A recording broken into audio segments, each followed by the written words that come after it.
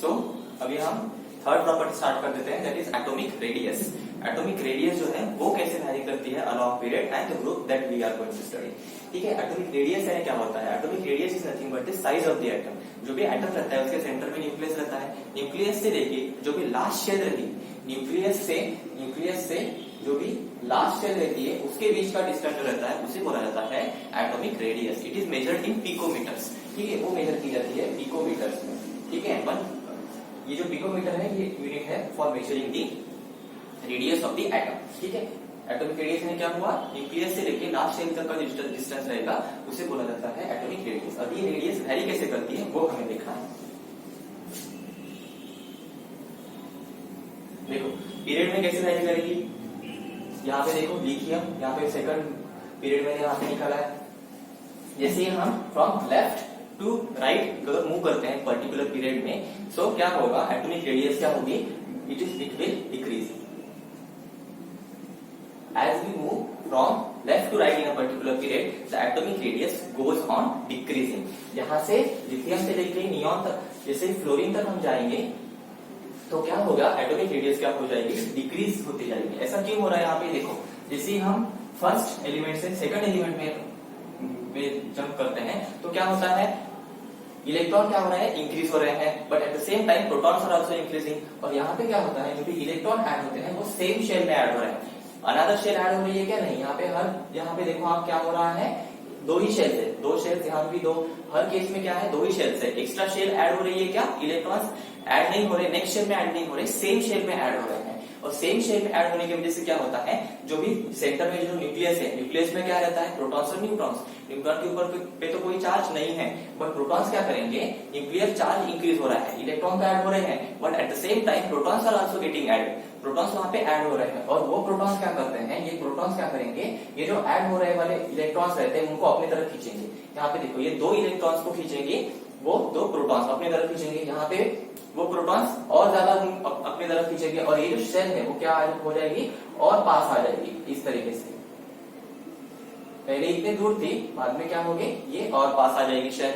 उसके बाद नेक्स्ट इसमें और प्रोटॉन न्यूक्लियर चार्ज बढ़ेगा, न्यूक्लियर चार्ज बढ़ेगा और इलेक्ट्रॉन सेम शेल में ऐड हो रहे हैं, उसी शेल में ऐड हो रहे हैं तो वो शेल क्या होगी? और पास आ जाएगी। ऐसा क्यों हो रहा है? क्योंकि हमारा न्यूक्लियर चार्ज बढ़ रहा है, प्रोटॉन्स बढ़ रहे हैं और इलेक्ट्रॉन तो बढ़ रहे हैं। आप बोलोगे प्रोटॉन बढ़ रहा है और इलेक्ट्रॉन भी तो बढ़ रहे हैं सर, बट वो इलेक्ट्रॉन कहाँ पे ऐड हो रहे हैं? सेम शेल में ऐड हो रहे हैं। इसलिए वो प्रोटॉन्स क्या करते हैं? वो लास्ट शेल वाले इलेक्ट्रॉन्स को अपने तरफ खींच लेते हैं। ठीक है, क्योंकि न्यूक्लियर चार्ज बढ़ रहा है, प्रोटॉन बढ़ रहा है, वो उतने इलेक्ट्रॉन्स को क्या करेंगे? अपनी तरफ खींच लेंगे और वो जो साइज रहेगी ऑब्वियसली क्या हो जाएगी? कम हो जाएगी। क्योंकि एटॉमिक रेडियस का मतलब क्या होता है? न्यूक्लियस से लेके लास्ट शेल तक का डिस्टेंस। तो अगर शेल पास आ रही है तो रेडियस क्या होगी? ऑटोमेटिकली डिक्रीज होती जाएगी। सो इसलिए पीरियड में जैसे हम लेफ्ट टू राइट मूव करते हैं तो एटॉमिक रेडियस क्या हो रही है? डिक्रीज हो रही है। इसके पीछे का रीजन क्या है? कि as we move from left to right the nuclear charge goes on increasing, which attracts the electron towards itself, because of which the shells come closer to the nucleus, and because of that the atomic radius goes on decreasing along the period में क्या होती है? Decrease होती है। समझ में आया इसके पीछे का रीजन? ये रीजन बहुत ज्यादा जरूरी है। ये एटॉमिक रेडियस का जो ट्रेंड है वो अगर आपको समझ में आया और इसके पीछे का रीजन आपको समझ में आया तो आप इसके बाद के जो प्रॉपर्टीज है वो आप अच्छे से समझ पाओगे। अगर ये समझ में नहीं आया तो आगे का समझ में नहीं आएगा। ये समझाएगा आपको? रीजन समझाएगा? डिक्रीज होती है, लेफ्ट टू राइट डिक्रीज होती है, ये तो समझ में आएगा आपको, बट रीजन क्या है इसके पीछे का? Did you understand that?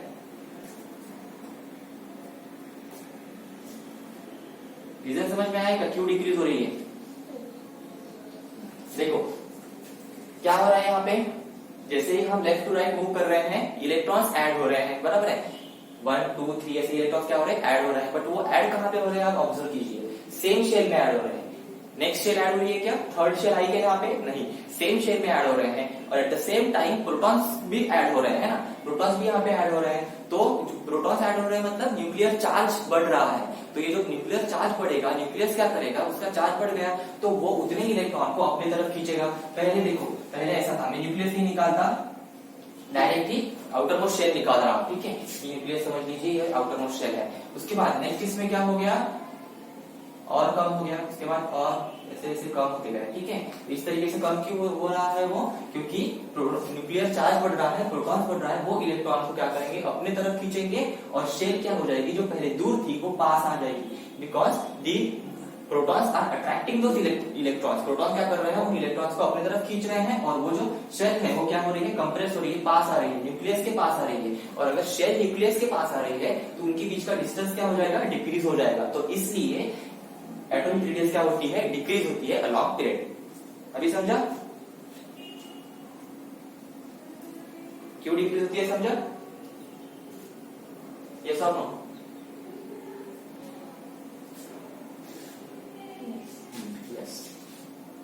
ठीक है, अभी हम देखते हैं ग्रुप में कैसे वैरी करती है एटॉमिक रेडियस, ग्रुप में वैरी कैसे करती है वो अभी हम देखते हैं। देखो यहाँ पे मैं इलेक्ट्रॉनिक कॉन्फ़िगरेशन हर किसका आपको मैंने बताया था। पहले शेल, पहले तो ये रहता है, उसमें यहाँ पे क्या हुआ था, इसमें कितने शेल्स थे, दो शेल्स थे, यहाँ पे 3 शेल्स थे, 4, 5, 6 ऐसे शेल्स क्या हो रहे थे, बढ़ रहे थे, है ना। मैंने बताया था आपको फर्स्ट पीरियड में 1 शेल, सेकंड पीरियड में कितने शेल्स रहते हैं, 2, थर्ड में 3 शेल्स रहते हैं। तो यहाँ पे क्या हो रहा है, शेल ऐड हो रही है, शेल ऐड हो रही है। पहले 2 ही शेल्स थे, है ना, उसके बाद 3 शेल, उसके बाद 4, 5, इस तरह से शेल्स क्या हो रहे हैं, ऐड हो रहे हैं। तो अगर आप देखोगे एटॉमिक रेडियस यानी क्या होता है, न्यूक्लियस से लेके किसके डिस्टेंस, आउटर मोस्ट शेल तक का डिस्टेंस। तो न्यूक्लियस से लेके आउटर मोस्ट शेल का डिस्टेंस यहाँ पे कम है, यहाँ पे ज्यादा हो गया, क्योंकि शेल एक्स्ट्रा की ऐड हो रही है। यहाँ पे ऐसा नहीं हो रहा था, यहाँ पे इलेक्ट्रॉन्स कहाँ पे ऐड हो रहे थे, सेम शेल में ऐड हो रहे थे, बट यहाँ पे इलेक्ट्रॉन्स कहाँ ऐड होंगे, नेक्स्ट शेल में ऐड होंगे, क्योंकि उस शेल की प्रीवियस शेल की कैपेसिटी क्या हो गई है, खत्म हो गई है, वो स्टेबल हो गई है, इसलिए इलेक्ट्रॉन्स कहाँ ऐड होंगे, नेक्स्ट शेल में ऐड होंगे। और as next shell is getting added, the distance between the nucleus and the outermost shell is increasing, therefore the atomic radius along particular group increases. क्या होती है, इंक्रीज होती है। एटॉमिक रेडियस ग्रुप में क्या होगी, इंक्रीज होगी, क्योंकि वहां पे क्या हो रहा है, एक्स्ट्रा शेल वहां पे ऐड हो रही है, and because of this the atomic radius will increase। अभी आप बोलोगे कि सर यहाँ पे तो अगर इलेक्ट्रॉन्स यहाँ पे ऐड हो रहे हैं तो प्रोटॉन भी तो वहां पे ऐड हो रहे हैं, तो वो प्रोटॉन्स इन इलेक्ट्रॉन्स को अपने तरफ क्यों नहीं खींच रहे हैं, इनकी साइज क्यों नहीं कम कर रहे हैं? तो इसके पीछे का रीजन क्या है, शील्डिंग इफेक्ट, उसे बोला जाता है शील्डिंग। देखो अगर यहाँ पे कोई सोल्जर्स यहाँ पे खड़े हैं और यहाँ पे कोई गोली चला रहा है, फायरिंग कर रहा है, तो पहले गोली किसी को लगेगी, अंदर जो खड़े हैं, यहाँ पे इनर साइड पे जो खड़े हैं सोल्जर्स, उनको पहले गोली लगेगी, उसके बाद आउटर वाले को लगेगी ना। तो सिमिलरली यहाँ पे क्या होता है, ये यहाँ पे जो प्रोटॉन रहेगा, उनका जो अट्रैक्टिव फोर्स रहेगा वो पहले कौन एक्सपीरियंस करेगा, इनर वाले शेल्स, वो ये शील्ड करते हैं, उस प्रोटॉन का जो फोर्स रहेगा, अट्रैक्टिव फोर्स को वो शील्ड कर रहे हैं, यहाँ तक वो कम पहुंच रहा है। जो भी अट्रैक्टिव फोर्स रहेगा न्यूक्लियर चार्ज का, प्रोटॉन का जो भी अट्रैक्टिव फोर्स रहेगा वो लास्ट शेल तक क्या हो रहा है, कम पहुंच रहा है, because of the inner electrons. यहाँ पे जो अंदर के इलेक्ट्रॉन्स है, इनके वजह से यहाँ तक वो फोर्स नहीं पहुंच पा रहा है ज्यादा, इसलिए वो शेल क्या हो रही है, और दूर जा रही है, इसलिए एटॉमिक रेडियस क्या हो जाती है, इंक्रीज होती है। समझ में आया दोनों में डिफरेंस? पीरियड में डिक्रीज होती है, रीजन मैंने बताया, और ग्रुप में क्या होती है, इंक्रीज होती है, as we move from top to bottom in a particular group. So किसी भी ग्रुप में सबसे स्मॉलेस्ट कौन रहेगा, फर्स्ट वाला, और सबसे लार्जेस्ट कौन रहेगा, जो लास्ट पीरियड में जो एलिमेंट रहेगा वो। आया समझ में? दोनों इसमें डिफरेंस समझ में आया? अगर ये समझ में आ गया होगा तो मैं नेक्स्ट प्रॉपर्टी में बढ़ता हूं।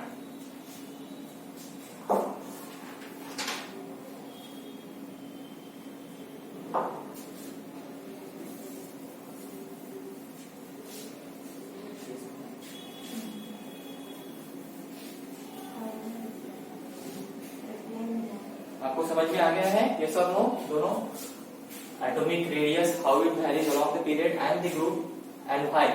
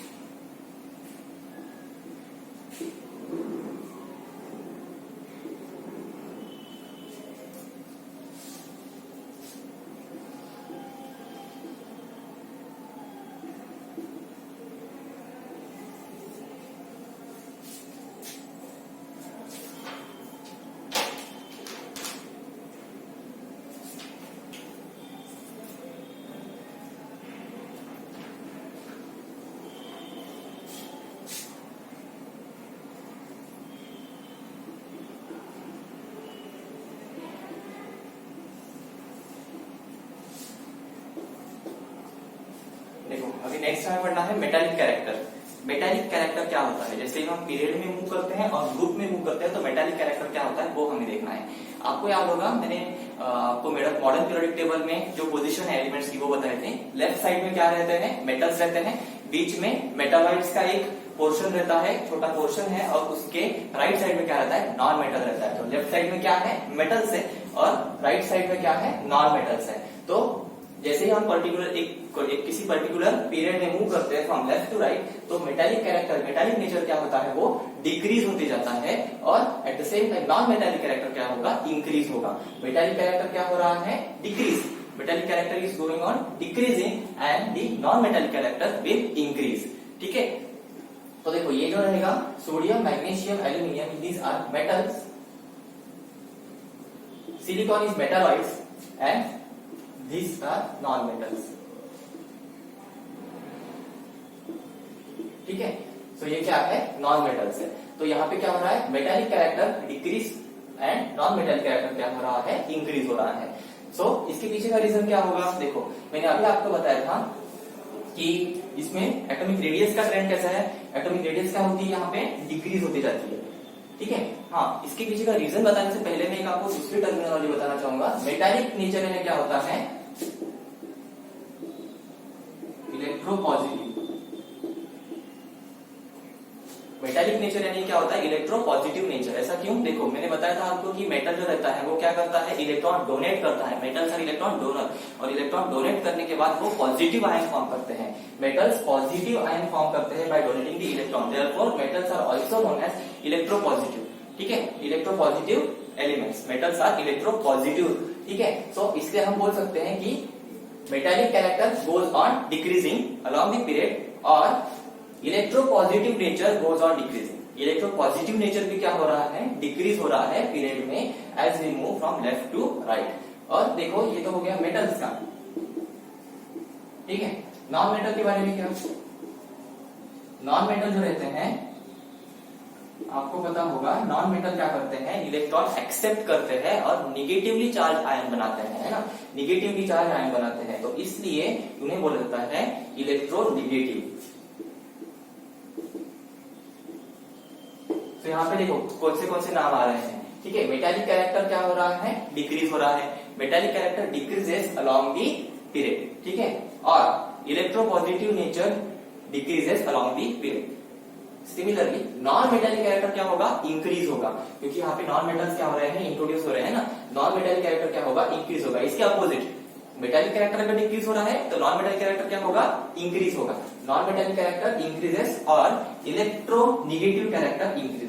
अभी इनको मेटल को इलेक्ट्रो पॉजिटिव क्यों बोलते हैं आपको पता है, और इनको इलेक्ट्रोनिगेटिव क्यों बोला जाता है ये भी मैंने अभी बताया आपको।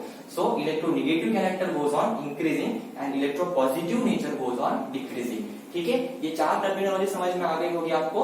तो अभी मैं आपको इसके पीछे का रीजन बताता हूँ कि ऐसा क्यों होता है, वो क्यों डिक्रीज हो रही है, और नॉन मेटालिक कैरेक्टर क्यों इंक्रीज हो रहा है। देखो जैसे जैसे यहाँ पे हम लेफ्ट टू राइट मूव करते हैं तो क्या होता है, इलेक्ट्रॉन्स सेम शेल में ऐड हो रहे हैं, है ना, इलेक्ट्रॉन सेम शेल में ऐड हो रहे हैं, और प्रोटॉन्स क्या करते हैं, उनको अपने तरफ खींच रहे हैं। एटॉमिक रेडियस कम हो रही है।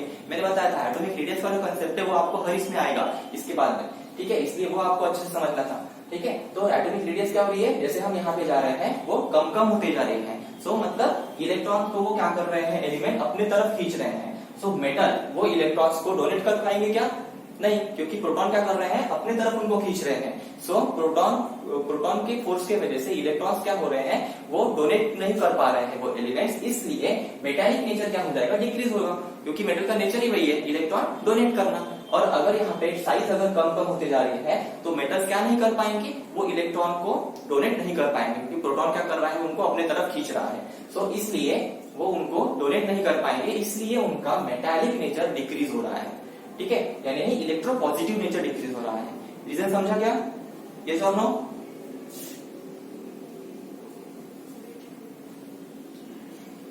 रीजन समझा, मेटालिक नेचर क्यों डिक्रीज हो रहा है।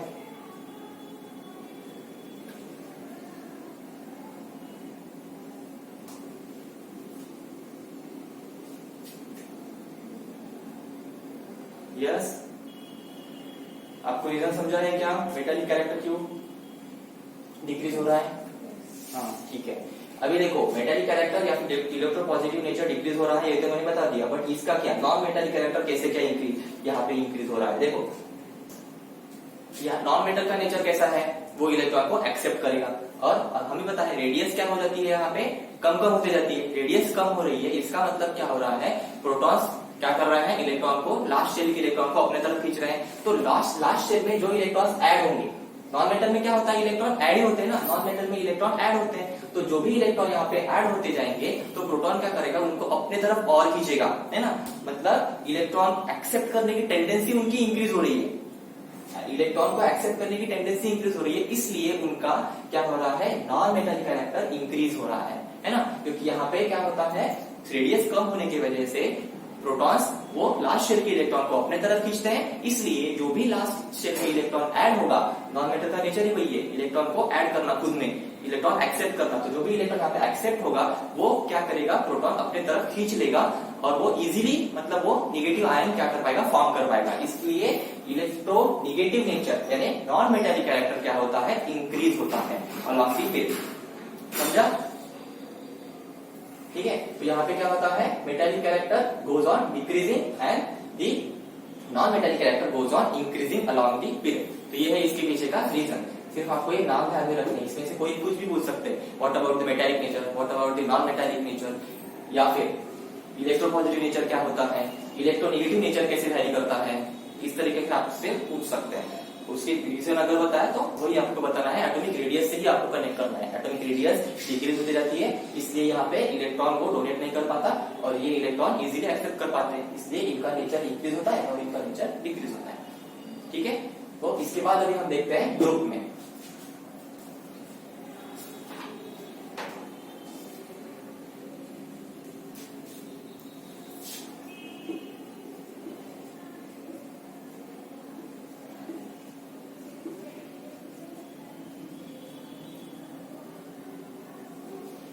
देखो अभी इसका क्या है, यहाँ पे अपोजिट रहेगा, यहाँ पे ग्रुप में क्या होता है, नॉन अपना मेटालिक कैरेक्टर जो रहेगा वो क्या होता है, इंक्रीज होता है। अभी ये कैसे इंक्रीज होगा, मेटालिक कैरेक्टर क्या होगा, इंक्रीज होगा, मेटालिक कैरेक्टर इंक्रीज होगा और नॉन मेटालिक कैरेक्टर डिक्रीज।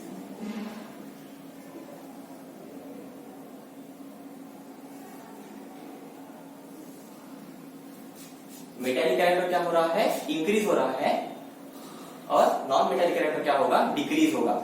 यानी यहाँ पे इलेक्ट्रो पॉजिटिव नेचर क्या होगा, इंक्रीज होगा, और इलेक्ट्रो निगेटिव नेचर क्या होगा, डिक्रीज होगा। तो आपको यहाँ पे कंफ्यूजन अगर हो रहा होगा तो आपको क्या करना है, सिर्फ ये याद रखो, मेटालिक कैरेक्टर क्या होता है, डिक्रीज, उसके बाद आप उसको रिवर्स कर सकते हो। मेटालिक कैरेक्टर अगर डिक्रीज होता है, इसका मतलब नॉन मेटालिक कैरेक्टर क्या होगा, इंक्रीज होगा, और इसका अपोजिट आपको ग्रुप में याद रखना है। ठीक है, इसके पीछे का रीजन अगर आपको अच्छे से समझ में आया तो आप इसमें कंफ्यूज नहीं होगे, अगर आपको रीजन अच्छे से नहीं समझा तो आप ये इंक्रीज डिक्रीज में कंफ्यूज हो जाओगे। ठीक है, इसलिए रीजन आपको अच्छे से समझना है, या फिर इतना याद रखो कि मेटालिक कैरेक्टर क्या होता है, पीरियड में डिक्रीज होता है, तो नॉन मेटालिक क्या होगा, इंक्रीज होगा, और इसका अपोजिट ग्रुप में। ठीक है, तो ग्रुप में क्या हो रहा है, as we move from top to bottom in a particular group the metallic character goes on increasing. ठीक है, और electropositive nature goes on increasing. अभी ऐसा क्यों हो रहा है, देखो फिर से वही पढ़ना, कौन सा, ये एटॉमिक रेडियस वाला। एटॉमिक रेडियस में क्या होता है, यहाँ पे एटॉमिक रेडियस यहाँ पे इंक्रीज होती जाती है ना, एटॉमिक रेडियस क्या होती जाती है, इंक्रीज, पहले इतना था, यहाँ पे ऐसा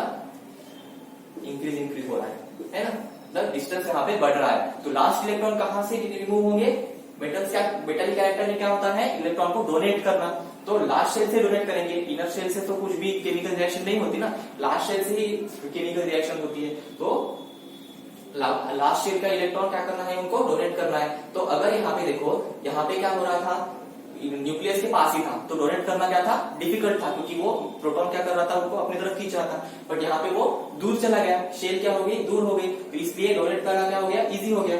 यहाँ पे और इजी है, यहाँ पे और डिस्टेंस है न्यूक्लियस से और लास्ट शेल से, इसलिए यहाँ पे डोनेट करना और इजी हो जाएगा। लास्ट इसमें और डिस्टेंस बढ़ गया, इसलिए डोनेट करना क्या हो जाएगा, और इजी हो जाएगा। तो मेटल का नेचर ही क्या है, मेटल का नेचर क्या बोलते हैं हम, कि वो इलेक्ट्रॉन को क्या कर सकता है, डोनेट कर सकता है। तो यहाँ पे इलेक्ट्रॉन का डोनेट करने का जो वे था वो क्या हो रहा है, इजी हो रहा है, क्योंकि डिस्टेंस क्या हो रहा है उनके बीच में का बढ़ रहा है, तो लास्ट शेल का इलेक्ट्रॉन क्या कर पाएगा, वो इजीली डोनेट कर पाएगा। तो इसलिए मेटालिक नेचर क्या होता है, मेटालिक नेचर क्या होगा, यहाँ पे इंक्रीज होगा। ठीक है, या फिर इलेक्ट्रोपॉजिटिव नेचर यहाँ पे क्या होता है, इंक्रीज होता है। ठीक है, इसके बाद non metallic character. What about the non metallic character?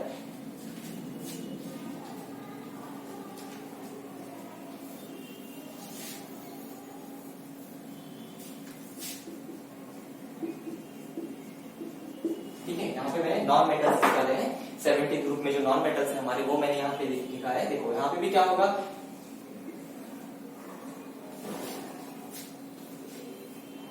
Atomic radius क्या हो रही है, इंक्रीज हो रही है। एटॉमिक रेडियस इंक्रीज हो जा रही है। ठीक है, न्यूक्लियस और लास्ट शेल के बीच में का डिस्टेंस क्या हो रहा है, बढ़ रहा है। और नॉन मेटल का नेचर कैसा रहता है, वो इलेक्ट्रॉन को क्या करेंगे, एक्सेप्ट करते हैं ना। इलेक्ट्रॉन को क्या करना पड़ता है, उनको accept. That is the non metallic character, electronegative character. So यहाँ पे इलेक्ट्रॉन्स कहाँ पे ऐड होंगे, लास्ट शेल में ऐड होंगे। यहाँ पे भी लास्ट शेल में ऐड होंगे, लास्ट शेल में ऐड होंगे।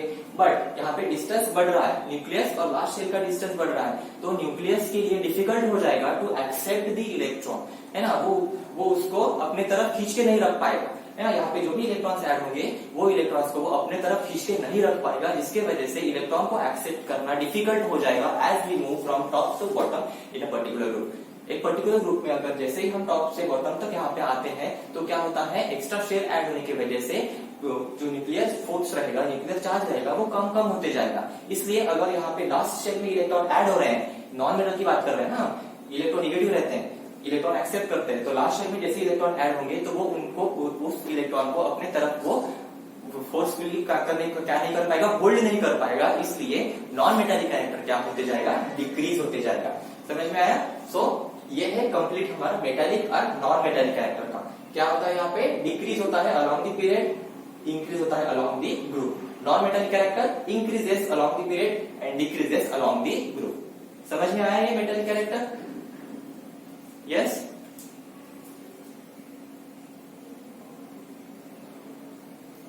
मेटालिक कैरेक्टर समझ में आया है क्या?